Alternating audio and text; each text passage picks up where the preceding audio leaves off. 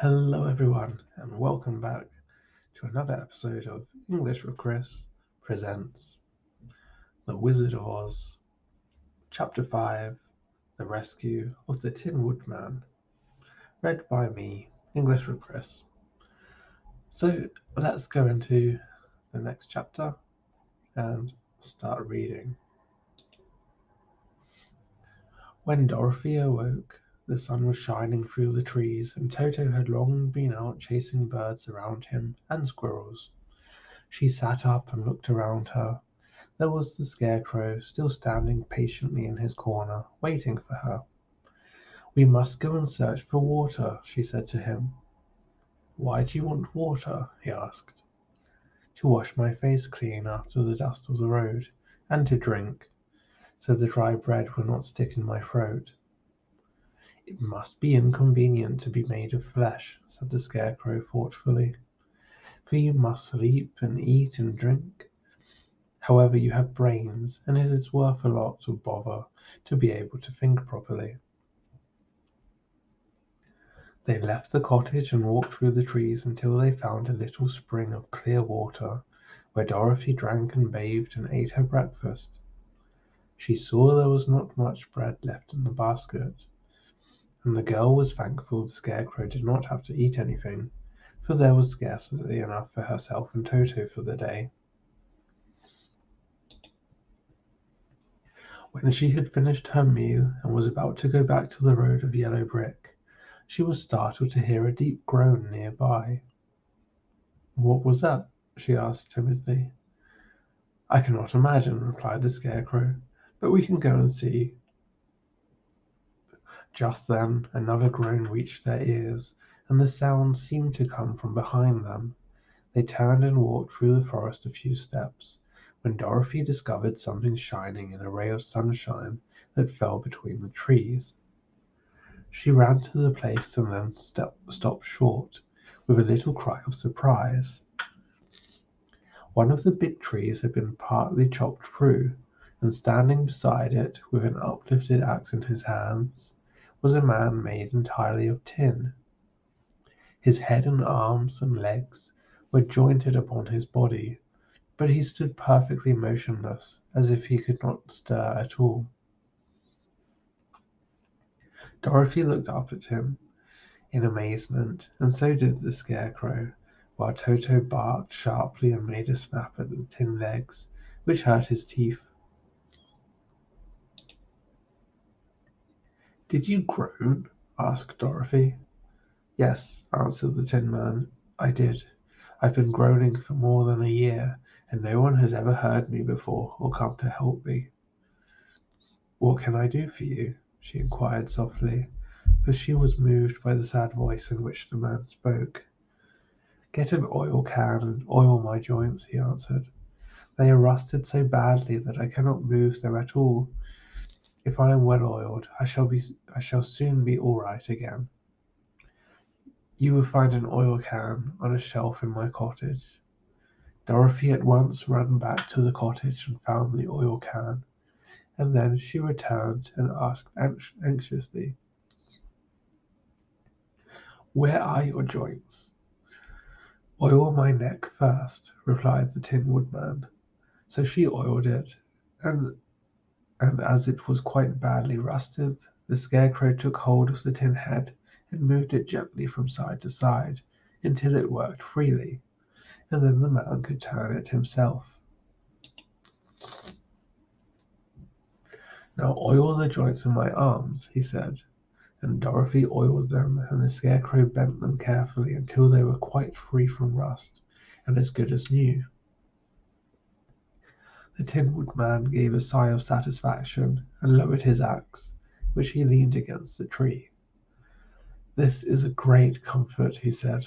"I have been holding that axe in the air ever since I rusted, and I'm glad to be able to put it down at last. Now if you will oil the joints of my legs, I shall be all right once more." So they oiled his legs until he could move them freely, and he thanked them again and again for his release, for he seemed a very polite creature and very grateful. "I might have stood there always if you had not come along," he said, So you have certainly saved my life. How did you happen to be here? We are on our way to the Emerald City to see the Great Oz, she answered, and we stopped at your cottage to pass the night. Why do you wish to see Oz? He asked. I want him to send me back to Kansas, and the Scarecrow wants him to put a few brains into his head, she replied. The Tin Woodman appeared to think deeply for a moment. Then he said, Do you suppose Oz could give me a heart? Why, I guess so, Dorothy answered. It would be as easy to give the Scarecrow brains. True, the Tin Woodman returned. So if you will allow me to join your party, I will also go to the Emerald City and ask Oz to help me. Come along, said the Scarecrow heartily, and Dorothy added that she would be pleased to have his company. So the Tin Woodman shouldered his axe, and they all passed through the forest until they came to the road that was paved with yellow brick. The Tin Woodman had asked Dorothy to put the oil can in her basket, for, he said, if I should get caught in the rain and rust again, I would need the oil can badly. It was a bit of good luck to have their new comrade join the party, for soon after they had begun their journey again, they came to a place where the trees and branches grew so thick over the road that the travellers could not pass. But the Tin Woodman set to work with his axe and chopped so well that he soon cleared a passage for the entire party. Dorothy was thinking so earnestly as they walked along that she did not notice when the Scarecrow stumbled into a hole and rolled over to the side of the road. Indeed, he was obliged to call to help her to help him up again. "Why didn't you walk around the hole?" asked the Tin Woodman. "I don't know enough," replied the Scarecrow cheerfully. "My head is stuffed with straw, and that is why I'm going to Oz to ask him for some brains." "Oh, I see," said the Tin Woodman. "But after all, brains are not the best things in the world." "Have you any?" inquired the Scarecrow. "No, my head is quite empty," answered the Woodman. "But once I had brains, and a heart also, so having tried them both, I should much rather have a heart." "And why is that?" asked the Scarecrow.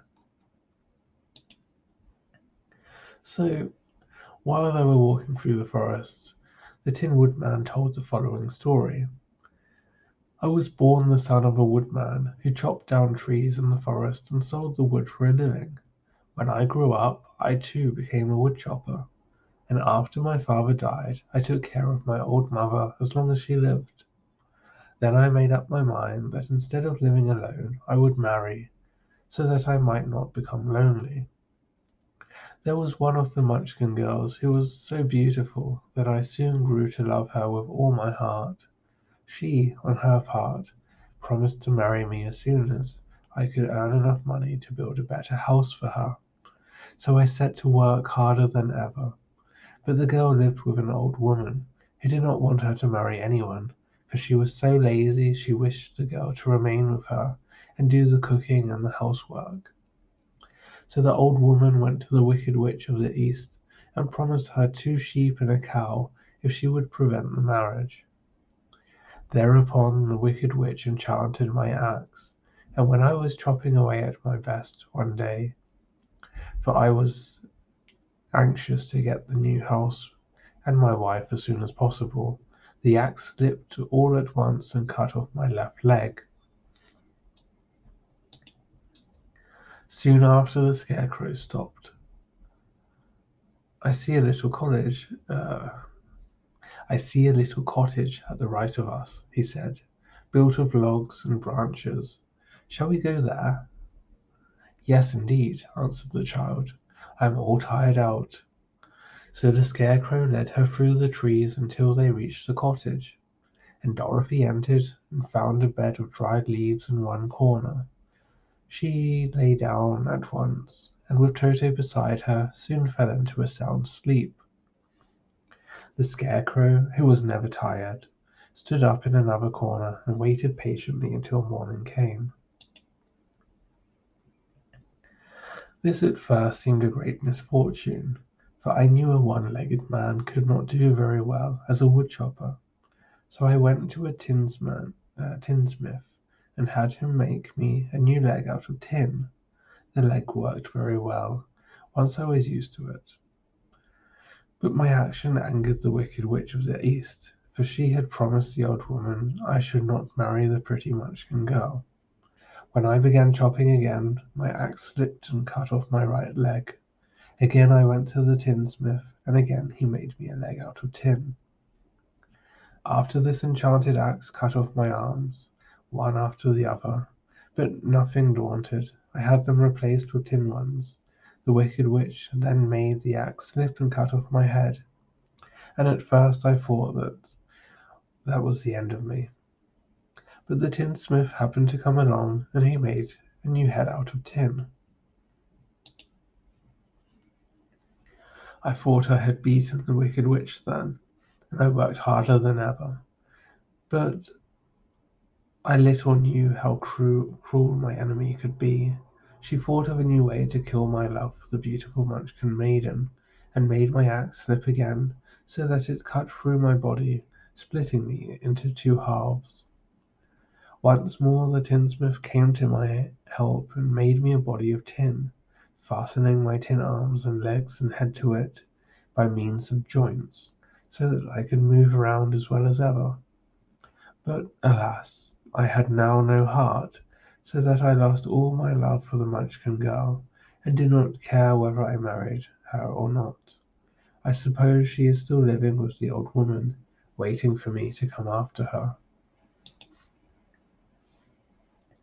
My body shone so brightly in the sun that I felt very proud of it, and it did not matter now if my axe slipped, for it could not cut me.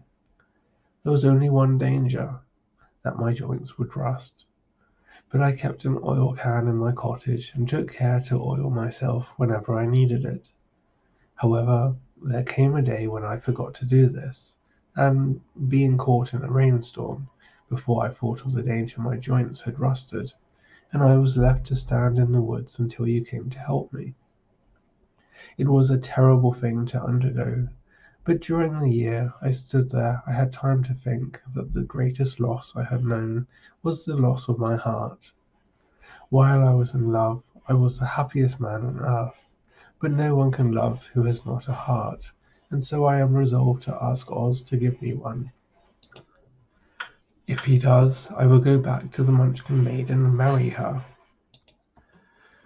But Dorothy and the Scarecrow had been greatly interested in the story of the Tin Woodman, and now they knew why he was so anxious to get a new heart. "All the same," said the Scarecrow, "I shall ask for brains instead of a heart, for a fool would not know what to do with a heart if he had one." "I shall take the heart," returned the Tin Woodman, "for brains do not make one happy, and happiness is the best thing in the world." Dorothy did not say anything, for she was puzzled to know which of her two friends was right, and she decided if she could only get back to Kansas and Aunt Em, it did not matter so much whether the Woodman had no brains and the Scarecrow no heart, or each got what he wanted. What worried her most was that the bread was nearly gone, and another meal for herself and Toto would empty the basket. To be sure, neither the Woodman nor the Scarecrow ever ate anything, but she was not made of tin nor straw, and could not live unless she was fed.